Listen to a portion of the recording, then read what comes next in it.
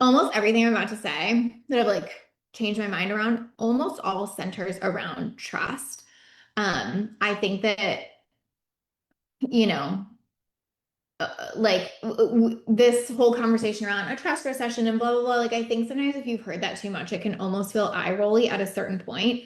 But like if I just like break down the data and look at the facts in terms of like what I'm seeing with clients, like what I see working, all of that, the central theme and thread of most of that is still about trust. And so, like, yes, I know that conversation can feel like, we get it, but equally, like, there's a reason that conversation is important because it's influencing so much strategy right now. So I'm going to go through, let me see how many things I have. One, two, three, four, five, six things, but most of them kind of come back to this idea. So we'll sort of like tie it all together. Thank you, Elisa. Okay. Um, let's get into it. What should we start with? Okay. The first one I want to start with, hi Amelia, is actually I think one of the more controversial ones, let's say, and probably the one I would have been most against in some ways, which is paid sales calls. I think these are working very, very, very well right now. I have multiple clients across multiple different niches doing them, and I think they are working very well right now. However, I want to be very transparent that if somebody had told me, whatever, 3, 4 years ago, hey, I think I should do paid sales calls, I would have eye rolled that so hard. I would have been like, are you for fucking real? Like, why do you need to put another barrier up? Why should someone have to pay you to get on a fucking sales call with you to see if they should pay you more? I would have had a real toot about it. Okay. Hold on. I needed this today. Um, I would have had a real toot about it. However, the reason I think they are working really well right now and is very much aligned to this trust conversation is because I think it creates safety. I think people are so like scared. I'll just use that word. I don't know if that's the exact right way to say it, but like scared to get on a free call with somebody at this point because it almost feels like, oh, I don't trust it. Like, what am I going to get? What are they going to push me into? Like, they've had enough bad experiences and they really feel like everyone has a hidden agenda. So it can just feel like, right?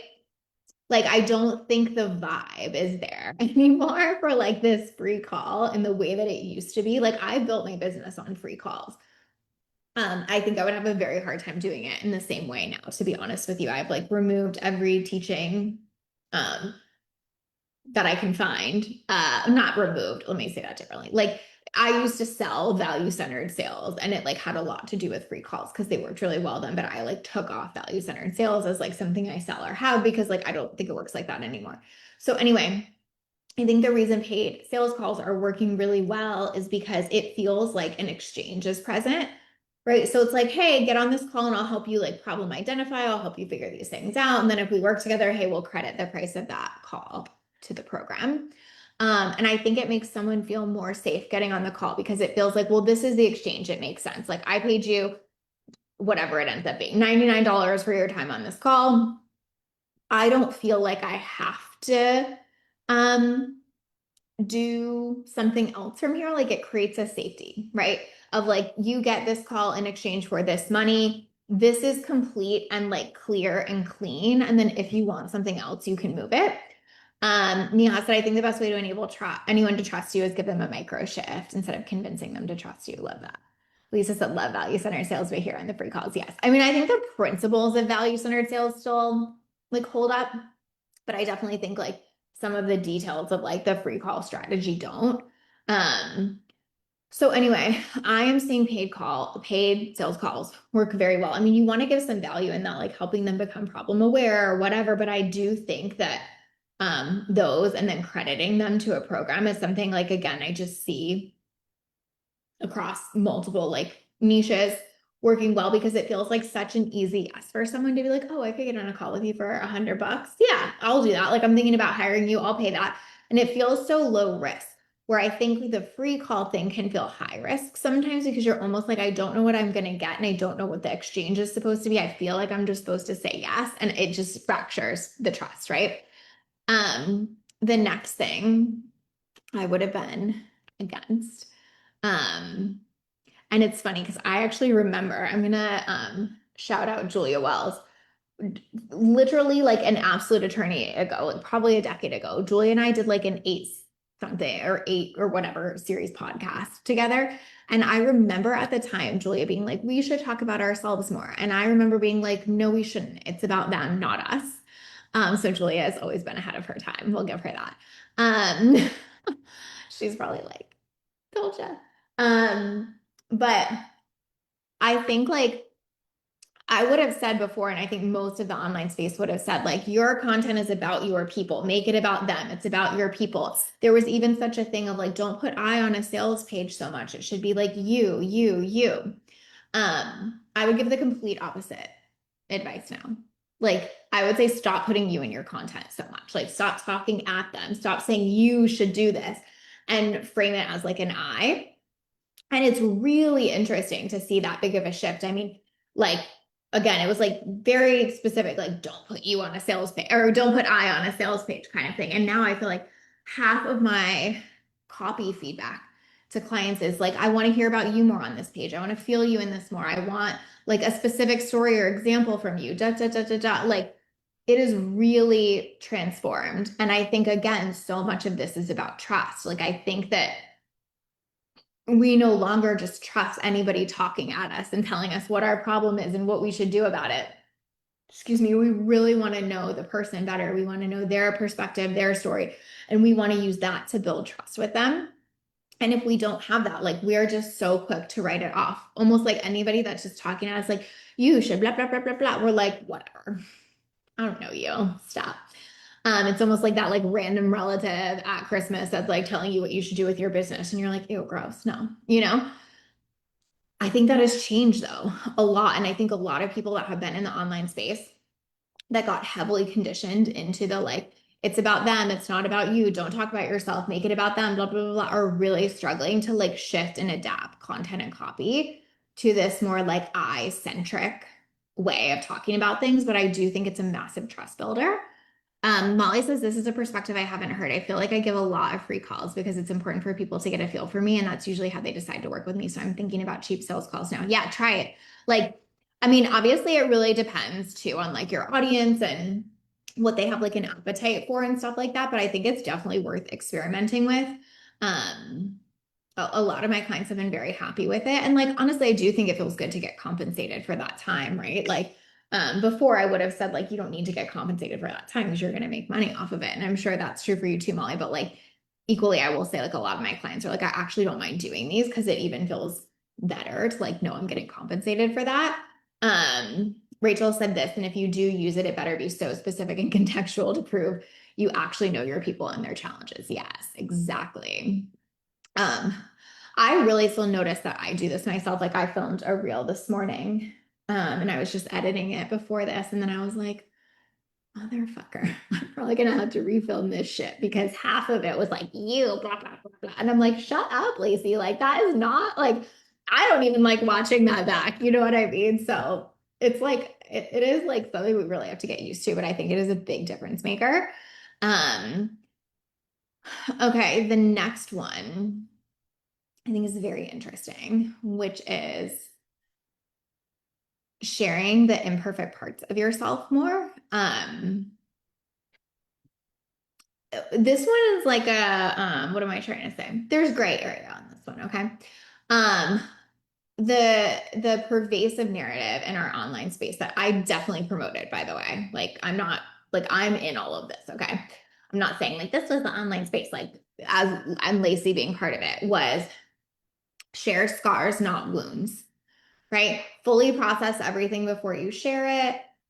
Don't share from like a place of the wound, share from the scar where you like have perspective. And like that could still be true in some ways now. However, it is fracturing trust for a lot of people because this thing that we see keep happening in the online space right now, you guys are going to know exactly what I'm fucking talking about too, is how someone will spend a year and a half telling us how amazing things are for them. And then all of a sudden they'll come out with a post about how they've been burned out for a year and a half. And, you know, like everything was horrible. And now they found the secret and here it is on a silver platter. And you're like, wait, what? Huh? Like, I just bought from you 6 months ago because you told me like everything was perfect. And now, like, was it? Like, what? It's so trust fracturing. It's so like, wait, so everything you were telling me wasn't true. And again, there's nuance to all of this, right?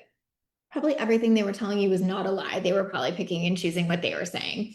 Equally, like we don't owe the internet like our heart and our processing and our difficult times, right? Like again, there's like so many fine lines here. But I do think there is definitely a middle ground there where like you can help people see like that you're or like you can bring people along while you're working on something instead of like being so rigid about not talking about it till it's over because it feels like whiplash for your audience. It feels like, wait, what? And it makes everything you said for the last year and a half to them feel like bullshit, you know? Um, I feel like it's like almost like this is like a terrible example. Okay. Like I recognize how terrible of an example this is, but stick with me for a second.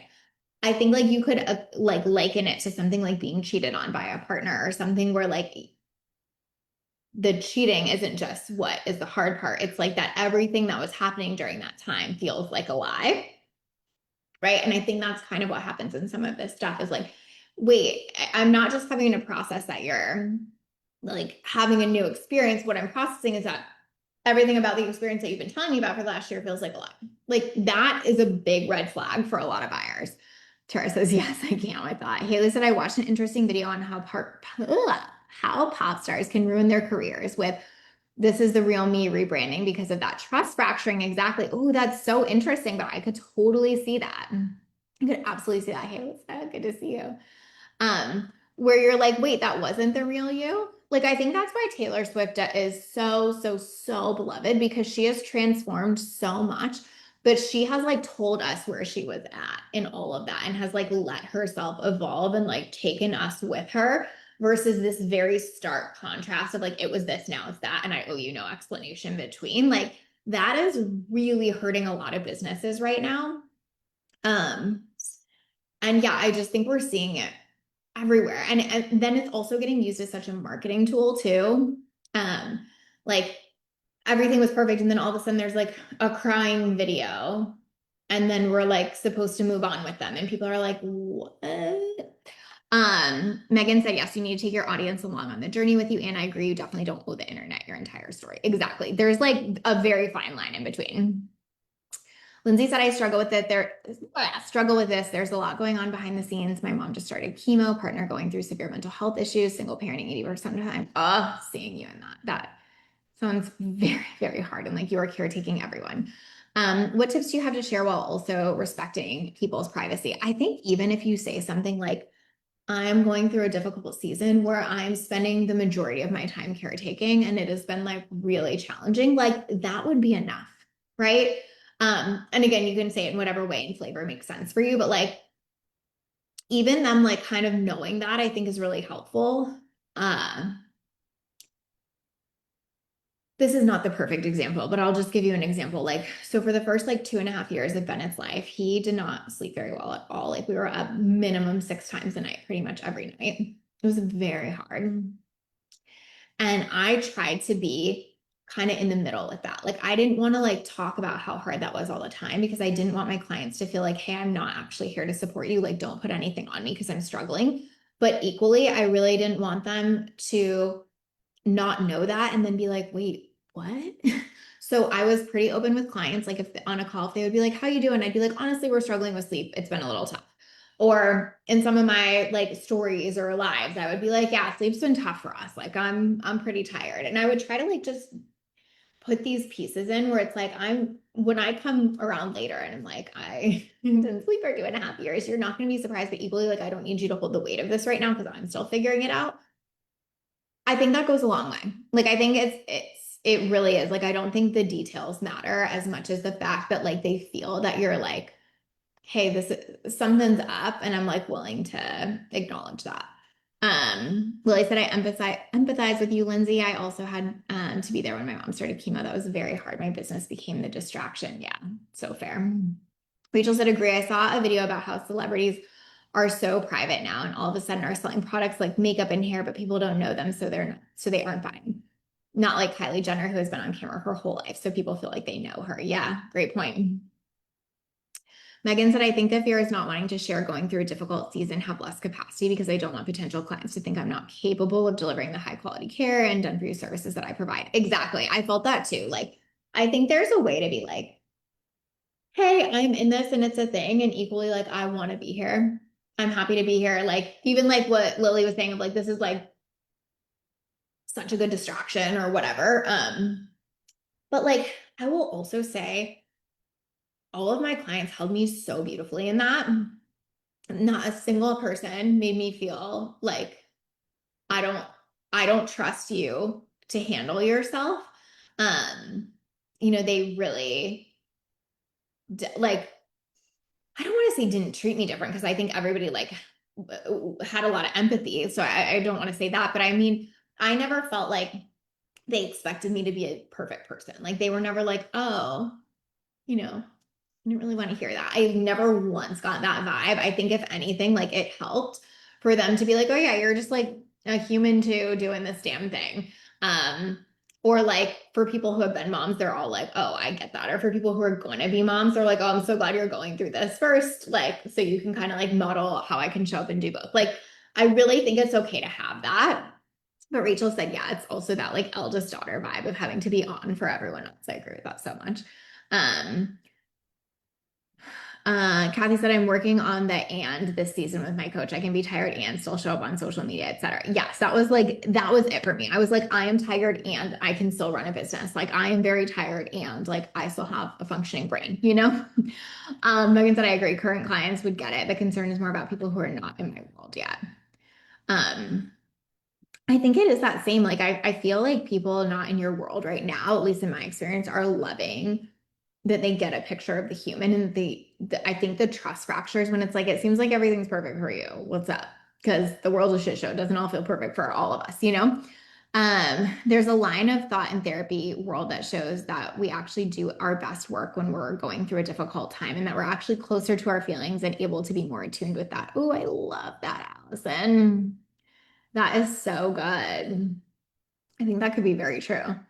So, like, again, you don't have to like cut yourself open and bleed for the online space to know you're like a real human. But also, I do think like we're getting more and more like I think we're just getting less and less trusting. Like it's almost like the more someone's like, look at how perfect I am, the more you're like, well, that's probably going to result in a crying post. One of my clients said that to me. She was like, based on how someone's talking about everything being perfect, I can predict 6 months from then it's going to result in a post where they're talking about how everything wasn't perfect, so I think that that's like real. AI has made perfection just read as robot. That too. No, but that's such a great point. That is such a great point. AI is always trying to make it sound so beautiful and wrapped up in a bow. And I think it really can be such a turn off at this point. I think especially like think about how I had to start this live stream, like especially when the world just feels like a shit show. Like it feels so like there's so much cognitive dissonance and like being like all this is happening and someone's like acting as though this is perfect again. Not that they have to talk about the world specifically, but just to be like, wow, you have no problems. You never have any challenge. Like that almost isn't even appealing at that point. Because it feels fake. Which kind of leads me to the next point, which is very similar to this, which is like more daily boring stuff versus just fancy stuff. I think y'all know exactly what I mean if you've been around the block here a time or two as well. But like there was a time where like the epitome of like coaching, whatever, like content and perfection was like a photo shoot in front of the Eiffel Tower or with a Chanel bag. Okay. Like you guys know exactly what I'm fucking talking about. I think there was just such an aspirational lean for such a long time that it was almost like you didn't want to show too much of the daily details because like you were trying to be such an aspirational brand. And I think this worked for a lot of brands really, really well. Haley said, but what about my rented Porsche? Oh no, Haley, do you have to cancel? your your portion photo shoot this weekend. But like really though. That was such like I think it was like aspirational to the like nth degree. And I think that there was a time when I thought people wouldn't believe what I make because I didn't have a designer bag. Like I would tell you that's a mindset thing, Jess, but it's not. Like there was a time where that was like the gold standard, you know? And I think that like it's not that like we can't share that or whatever if we're doing something cool. I just think that is like the exception, not the norm, instead of the other way around. So I think being willing to share like more of your daily life. For so long, I didn't share my life at all. I've talked about this quite a bit. And I think it for so much of it for me was that curated perfection, like really stresses me out. Um, Anything that's like even feels like a hint of like I'm supposed to be dishonest here is incredibly triggering for me. Uh, and I don't say that in a way of like, oh, I'm just so full of integrity. Like I'm saying like that's my own trauma, you know? Um, so I think I just opted out of that for a long time because I was like, I cannot do curated perfection. Like I don't, it does not vibe with my system. But now I think a lot of people want the opposite. They want to, see the basics. They want to know you're a real person. Again, I think it breeds that trust. I think all the curated perfection did was we had this like absolutely perfect image of someone on the front end, and then almost any little thing they did on the back end totally fractured that. And so even if somebody wasn't doing something crazy, like whatever, they showed up late to a call one time, or they showed up looking like a mess on a call, like it would create these trust fractures because you're like, wait, I thought you were literally perfect. And like we don't want that. Like I think we want to be like, oh yeah, like you look on calls, how you look in your stories, or like, oh yeah, like you're kind of chaotic and you're kind of chaotic everywhere. Love that about you. Like we kind of have to embrace these things. I really think people want to see those pieces and they want to like feel the human. I think to Nova's point, we need to like energetically feel you, right? Like with the curated perfection, I think, there was some element of human still there, but with like the AI scene that we're in, like you can literally read content and feel that it is soulless. Are you guys with me on that? Like sometimes I'm like, oh, that content just doesn't have a soul. That's interesting. Because it doesn't, because AI fucking doesn't, right? Um, and we just are demanding more of that. We're like, I, like want it to be a real person. I don't want to be hiring a robot. Like if I wanted to, I could just be talking to ChatGPT for 6 hours a day, which I think some people are. But I think for a lot of us, that's not what we want. So I think that has changed a ton. Hey, Adrian, good to see you. And like, I think for the better in many regards. The other thing that I think has changed a ton is longer warm-ups. I think this has been happening for a while. Like, I think the buying journey has lengthened in a lot of businesses across a lot of niches, but I think it is definitely true now for all of these same reasons. Like, we need to build trust. Um, and I think that for a while, what was happening is like the buyer journey was lengthening. A lot of people were like, cool, how do we shorten it? How do we shorten it? How do we shorten it again? And like what I've really done with most of my clients at this point is just like embrace that the buyer journey is longer and be like, how do we warm up more? Like we don't need to swim upstream so much. Like I think there's so much swimming upstream when we're like, oh, buyers need a longer journey and we're trying to force them to not. Like we do not have to swim against the current so much. I remember I was talking to somebody, this was a while ago, somebody that I respect very much in business has built a very, very, very successful tech company. And I was saying a few things to him about like, oh, well, I think I want to do it like this, and I think I want to do it like that. And he was like, please, why do you fucking insist on swimming upstream sometimes? Go with the current in business. Like, stop making it so goddamn hard on yourself. And obviously, I said, well, because I'm an Enneagram 8, so that's what I do. No, I'm kidding. I probably did say that. But like, it was that advice has just like imprinted onto my brain so much. And I've really like thought about strategy quite differently since I got that advice where, it's not like, okay, sure, we can like get your audience, we can move them in a certain direction, but like, do we want to fight them? like, nah. Even the Enneagram 8 in me doesn't feel like doing that. You know what I mean? The longest of warm-ups, like an elephant's gestation. Jess, if that is not in some piece of copy somewhere, I am devastated because that is fucking hysterical. Enneagram 8s unite for real. We're so difficult. Adrian said, I was also curious if you saw many soulless AI responses to your coaching apps. I ran an application only launch and was shocked at the thoughtfulness of so many apps. Like the app was not at all a friction point. I actually, Adrian, that is such a good question. I actually think some people went as far as to say, hey, if this seems imperfect, just please know I'm not, it's because I'm not using AI. Like it was almost like they wanted me to know they weren't, but then they were like apologetic that it was like lacking some polishing or whatever. And I was like, oh my God, like look at what we're doing to ourselves.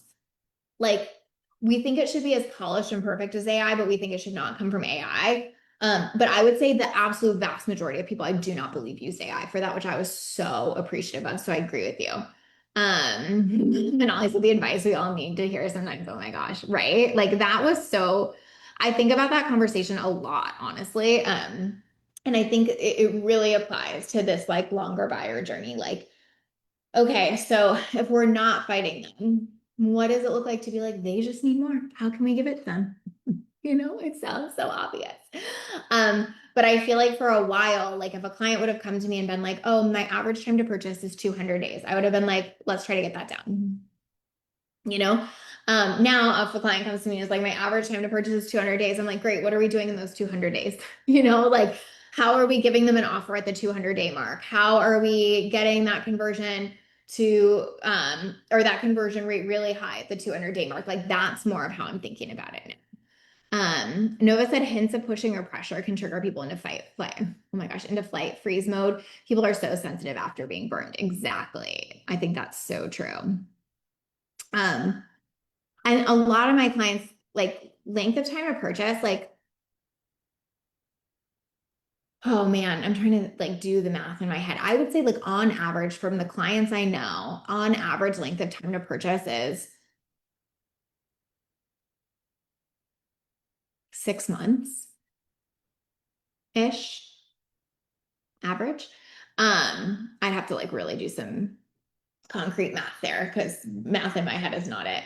But I would say probably around that. Melissa, do you feel like there's going to be more of an emphasis on keeping the people you already do have because of this over the next few years? 100%. Yeah, yeah. Like hands down.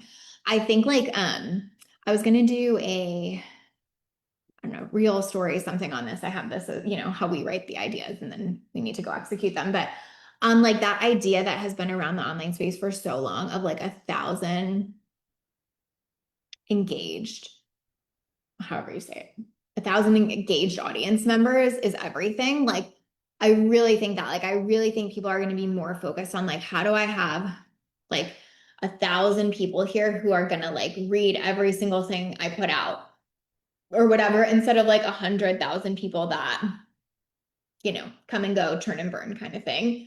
So yes, I think yes, 1,000 true fans. Thank you, Haley. I was like, I can't get there, but yes, 1,000 true fans. Like that concept has been around for ages. I think it, you know, was very much around in like blogging days. It probably was around way before I started my business, right?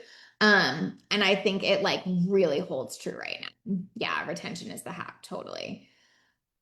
What's your take on trying to convert cold traffic on a webinar? Little to no nurture, except what's on the webinar. I just, my take on that would be like, I would not expect them to buy the first webinar. I know everyone hates that, but for a lot of my clients, what I see is their people are buying on the second or third webinar they attend with that person. So the first one is almost like nurture. It is like nurture. I don't know why I said almost. The first one is like nurture, like they're getting to know you, they're vibing, they're whatever, but they're like not quite ready to buy. The second or the third, they're like, this is my person, I'm ready to make a move. And so I think it's just not looking at data in such a vacuum anymore, where it's like, it's just about they came in 5 days ago, they came to this webinar, did they buy? Like, I think we're just having to like kind of open up how we're looking at that. Like, okay, but like they came in this webinar, then they came to this one, then they came to this one, then they bought. Can we make that right too? Another thing we're doing for some of my clients is like, if they do that and we know their buyer journey's longer, we'll take like that group that went through that webinar and everyone who didn't purchase from that, and we'll run them through like another sequence or sales funnel or whatever around that time where we usually know they become buyers. So it's almost like a two-stage process there. And I see that making a really big difference. Like for one of my clients, their secondary webinar converts far, far better than their first, but we need the first for nurture. So we still do it like that. But yeah, I just think it's a different game. Tara said everyone hates it, but it's true. And when you know what the reality is that's actually happening, then you aren't making yourself wrong because of unrealistic expectations. I think that's totally it. Like, all of this is either good or bad, depending on how you look at it. Like in some ways you could be like, oh my God, it's so fucking annoying that it takes this long to nurture people. It's so much more of a risk with ads. It's this, it's that. All of that can be true. And if your people come in way more nurtured, they're probably going to be a better client. If they, have 100+ days to warm up to you, they're probably going to be like a lot more ready to hit the ground running. Like there can be benefits of this too. We just have to be like real about what's happening. Rachel said the best webinar I attended recently was $27 intro to their paid course. It was phenomenal content and wasn't a big pitch. It was a sample. You had access for 7 days. I thought it was brilliant. I love that. I think that's so good. And actually, you just like perfectly teed up my last point. So thank you, Rachel. That is incredibly helpful. Is I think we need more like in-depth nurturing or substance. I think this has gone back and forth in the online space, but I have always been more of like an in-depth substance kind of girl. Okay, my little profile on Instagram says depth is my love language. And then I really had to shift my brain over the years to be like, listen, it's okay if I just warm people up with these 6-second pieces of content. It's how we start our relationship. But we really have gotten pretty far away from substance in the online space because of like how this is all structured. And I really believe we're going back to needing more of that to truly maintain those 1,000 loyal fan kind of thing. If not, like they can get a 6-second laugh anywhere. You know what I'm saying? Like, I'll still do those and have fun with those, but like that's not, like what's keeping everybody around is my humor. I don't think anyway. Adrian said almost all of the funnels I've looked at or helped build in the last year or so have done way better when they have what I call a value add. So there's a second experience touch point, like another webinar, a private podcast inside a long nurture sequence. Completely co-sign that. Like full stop. I think you're 100% right. So kind of what Adrian's saying and what Rachel was saying too is like, I think we want some level of value. Like, everywhere it's like value content's dead, like maybe in a 6-second format.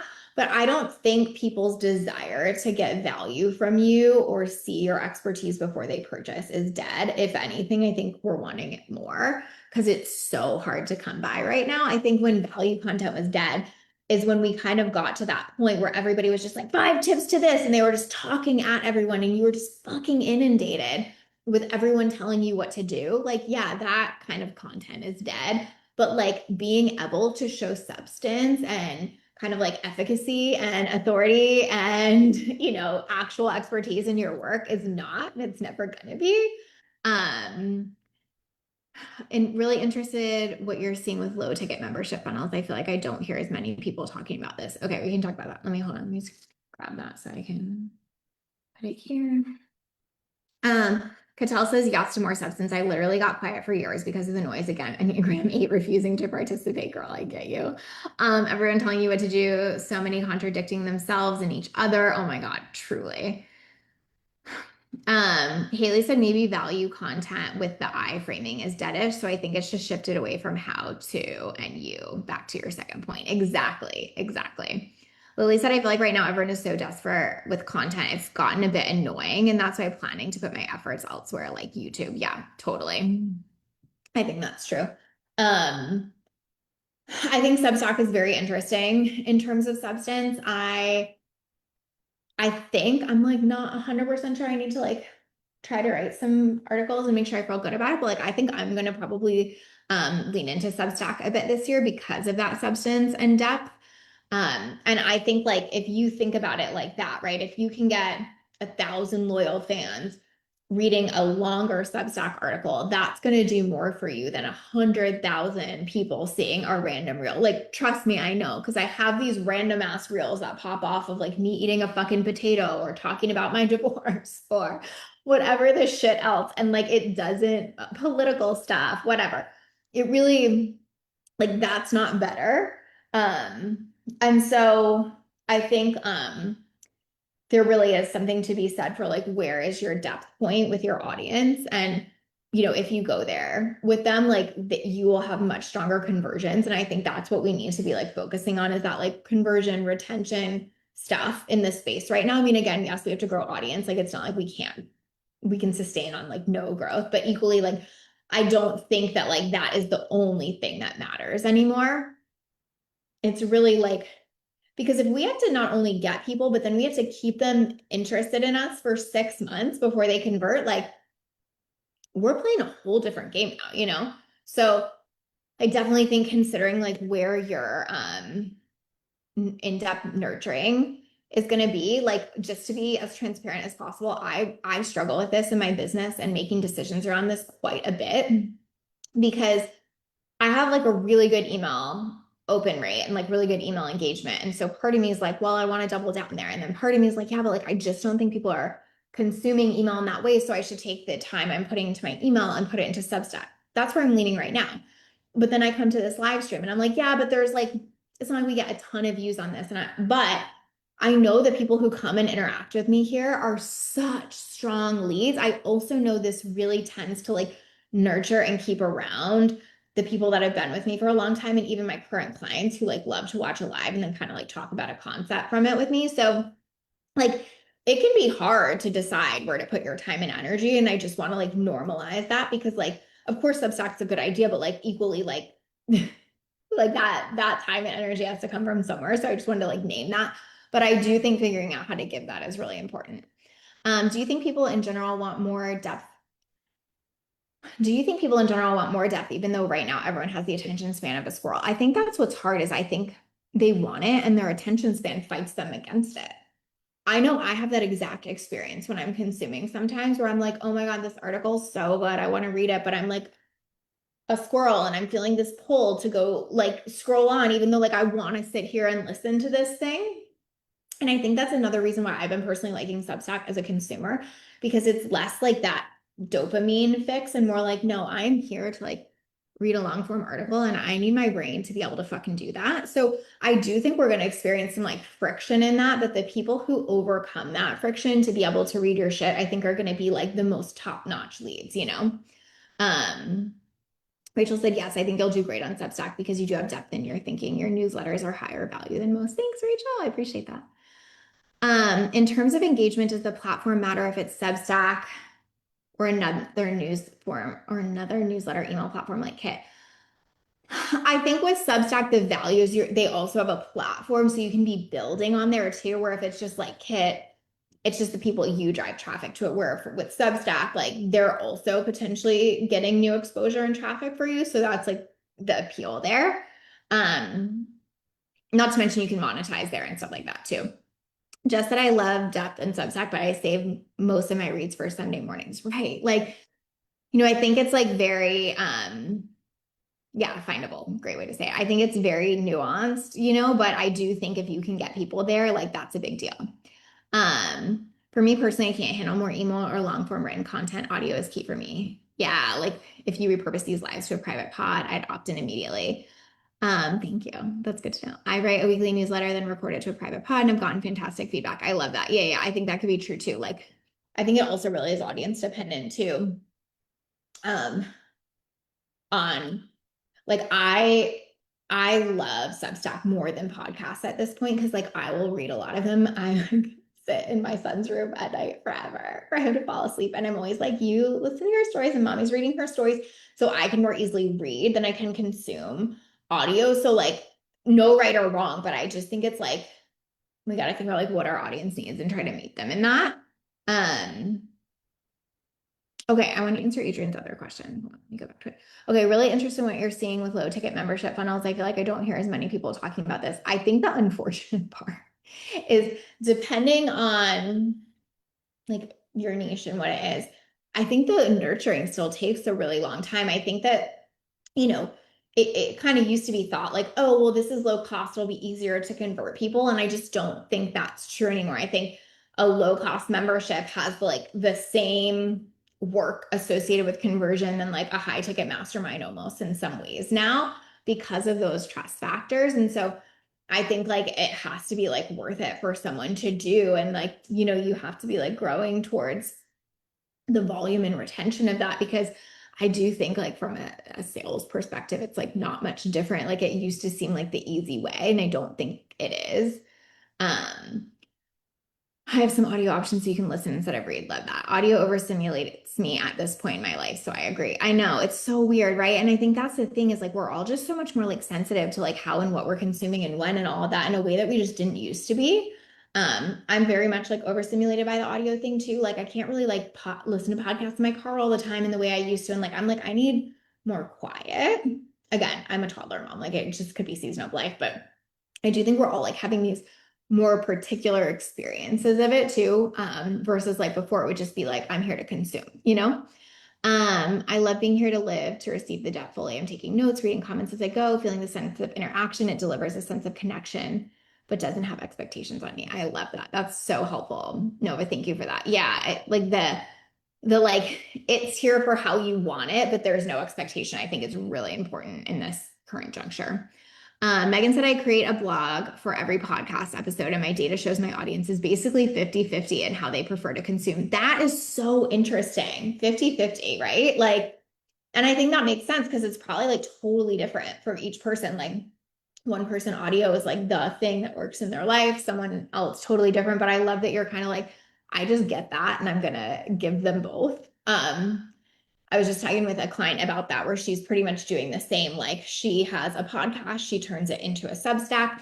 And it's like, we're not trying to get podcast sponsors. So we don't care if that like lowers her podcast listeners or downloads or something if they choose Substack instead. Like we just care if they're getting this information. So like, I think that's a really, really good way to do it. All right, that's all I got.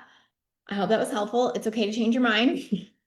Things change as they should. And there might be a live stream I'm doing 4 years from now where I'm like, no matter what, don't say I, in your content. Like, who the fuck knows? But like, we have to be willing to change. We have to like let go of old philosophies. We have to not be listening to people who are just telling us about philosophies from 5 years ago, because that's how we get really screwed, like Jess was saying with the webinars. And yeah, it's an interesting time. And I think, it can be good in many ways as long as we learn to adapt to it. So I hope this helps. Thank you guys for being here, and I will talk to y'all next week.